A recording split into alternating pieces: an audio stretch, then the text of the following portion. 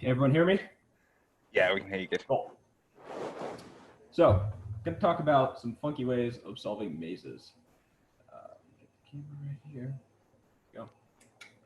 So, for thinking about how to solve this maze, one thing we could imagine doing as sort of like a pre-processing step is finding something like this.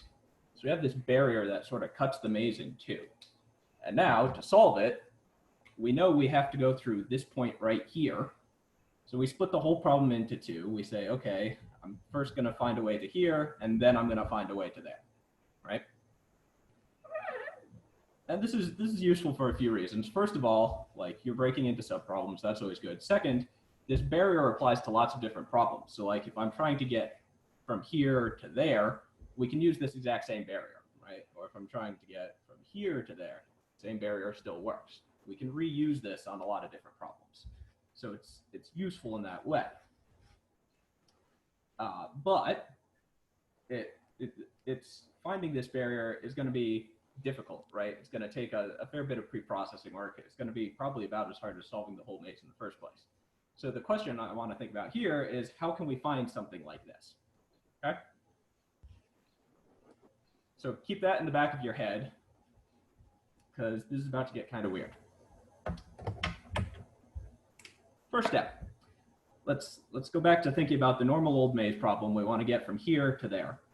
And I'm just gonna sort of ignore all the constraints on this problem and draw some paths that sort of go through this maze, sort of. There's a perfectly nice path that maybe violates a few constraints here and there, but you know it's a path. Or we could go like. Ignore that bit, not much. Like that, right? So there's a couple paths through the maze, but obviously they're breaking the rules of mazes. Like right here, we're violating a constraint. Right here, we're violating a constraint. Right here we are. And similarly with this path, we completely ignore a wall here. We completely ignore a wall there. And over here, there, there. Well, this one's easy to fix. Let's go ahead and fix that one. There. Now, that's thinking about finding paths through the maze. Let's switch back to the other mode, thinking about finding constraints, right? Thinking about finding barriers. So when I'm thinking about finding something like that barrier I originally drew, what I'm trying to find is essentially a path of walls from this side of the maze to that side of the maze. So I want to find a path just following the walls themselves as much as possible. Obviously, in some places, I'm going to have to jump over some spaces, but mostly I want to be following walls. Now, the key thing to notice is when I'm trying to find a path following walls, these paths that I drew before are barriers. So like if I'm trying to get from here to there following just the walls, I cannot get through right here, because there's no wall to get through there. I cannot get through right there, because there's no wall to get through. So I'm going to have to aim for some of these openings where we ignored the constraints. When I'm doing this path search, I have to aim for this opening, or that opening. One of those three I have to aim for. So like, I could go like this. More the opening there, go through here. And then again, with the second path, I have to go through either here, or one of these two spots way out on the edge, right? I have to pick one of those to go through. So I can use that to guide my search and say, okay, let's go towards this one, right? Nice, got a nice easy path now. And again, we've sort of cheated a little bit, like we jumped over this space here. But now I could get rid of these original paths that I was using as a guide. And I could say, all right, now I can go back to path space. I was searching in wall space. Now I'm going to go back to searching in path space. And I could say, all right, now when I'm looking for paths from up here to down there, I know they have to go through this point right here. Make sense? So there's this sort of duality. We can search in the space of paths, or we can search in the space of constraints, the space of walls. When we're searching in the space of walls, the paths are our constraints. We can use the holes in those paths to guide our search for a wall path. And conversely, when we're searching in our original space, we can use holes in the constraints to guide our search. Now, to think about what this is all supposed to be a metaphor for. Just to note that that's 5 minutes. So. Oh, all right. But you can I'll finish the your last 3 words then. You can think finish. of these constraints as like counterexamples in math, or you can think of them as constraints in design, right? And the paths you would think of as something like proofs or as designs.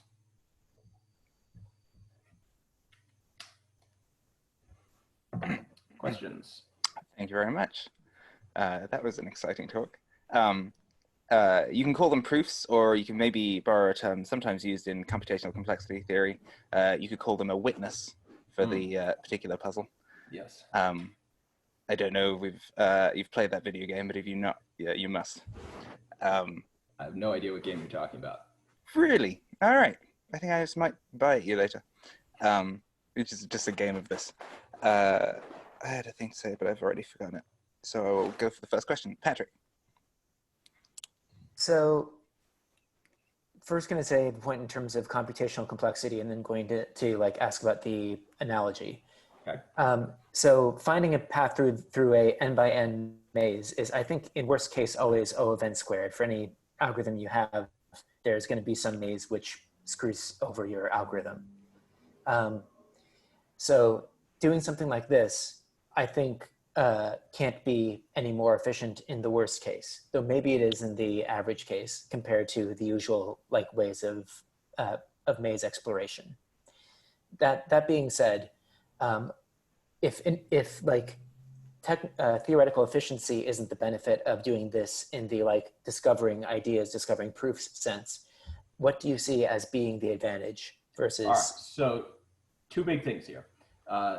First big thing, obviously, real world mazes are not like designed to be maximally difficult, right? But the bigger thing is, in the real world, most of our problems are not 2-dimensional. And if we're working in a high-dimensional space, think about how the maze in question is actually represented most of the time. Like, if you have 2 to the n states, you just can't explicitly represent all the walls. We can't draw them all out like this, right? We just don't have the space for that. So how do we represent it? Usually, in practice, the way we represent real-world high-dimensional problems is we have these low-dimensional constraints on them. So like, if I'm building a bridge, I know there's constraints like this thing needs to connect to the thing next to it, and they need to not wiggle around. But that's a low-dimensional constraint. That only has to do with this bit and the thing next to it. Or like, I have a cost constraint. I have a budget on whatever I'm doing. That's relatively low-dimensional, right? So usually what will happen is when you're looking for these constraints, you'll find that the constraints themselves are actually much lower dimensional. So they'll be easier to work with. Does that make sense? Yes, it does. Cool. Other questions?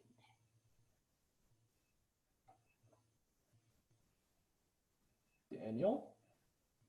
Yeah, so in some of your other blog posts, you talk about using constraints to understand like the economy or the way the world works in general. Yes. Is there an interpretation of this stuff as that too, or? Good question. So this in particular does not work well with a 2D visualization because it's inherently about the system being high dimensional. So if we think about like in physics, how do we represent systems in the world in physics, right? Usually we write down some governing equations. And usually the way those governing equations work is they're actually a very large system of very low dimensional equations. So like if I imagine I have some field, right? There's a bunch of points, and each of these points has a pressure and a temperature and some other stuff associated with it, right? This is a very high dimensional system, but usually our equations only relate this point to like the points nearest to it. So those are going to be a whole bunch of very low dimensional equations relating just a few of these things. Similarly, in economics, we usually only have local interactions between different agents, or we have local interactions based on which goods can be turned into which other goods. those sorts of things. Like we're inherently representing these systems as a bunch of low-dimensional pieces. That's when we're writing down governing equations for a system, that's sort of what we're doing, is we're finding the constraints. Cool, thanks. Patrick, follow up?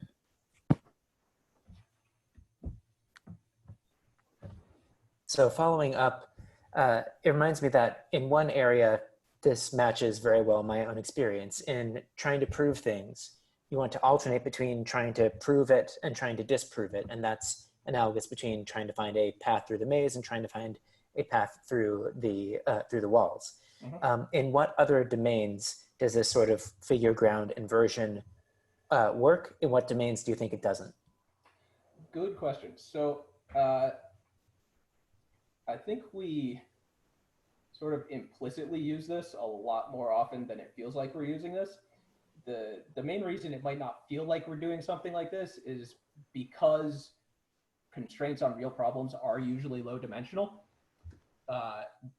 So as we're sort of working on the problem, we just sort of run into this low dimensional thing and we're like, okay, here's this equation that defines how the system works. And this is now just like a thing that I have as a background fact.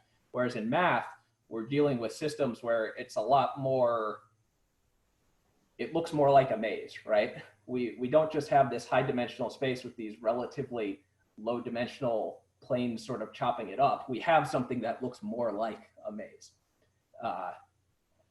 So if I were like trying to brainstorm situations where it feels more like doing a proof counterproof type thing, a lot of them would be in math, just because real world domains are usually domains where we're trying to understand where we inherently represent things as a bunch of coupled low dimensional systems, or things with like agents who are inherently doing, you know, some sort of high dimensional competitive thinking or something like that. I don't know.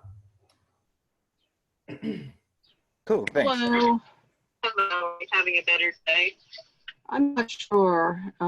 Possibly some. Hey, Nancy, your audio is on. Do you think you could just a mute second. it? I need to.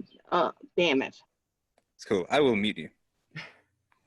All good. I'm just going to mute everyone who is not me and John right now, which was almost everyone. Thanks, everyone, for remembering to mute yourself. Yeah, I was going to, my alternative title for your talk recommendation was Babble, Babble, and Prune Babble, which is obviously a terrible idea. Yeah, so the idea there is like you can babble when searching for paths and you can babble when searching for constraints. Yeah. Yeah, is there a concrete example in your life where you like think that this like clearly fits in how you solve the problem? Oh Lord, that's like all the time. So at some point, I'm probably gonna write up a post specifically on that. But one of the coolest ones I've thought about is how do you put a satellite into orbit without using a rocket? And I use that as like an exercise in this specifically, and actually came up with a relatively neat way of doing it that I haven't seen written up anywhere else before. So that was pretty fun. Cool. All right, that was a surprisingly exciting answer. Cool. All right, I think we'll probably move on to the without using a rocket, Daniel. So you know, slingshot, springs, etc. Cool. All right, I think we'll wrap up there. Thanks a lot, Jonas.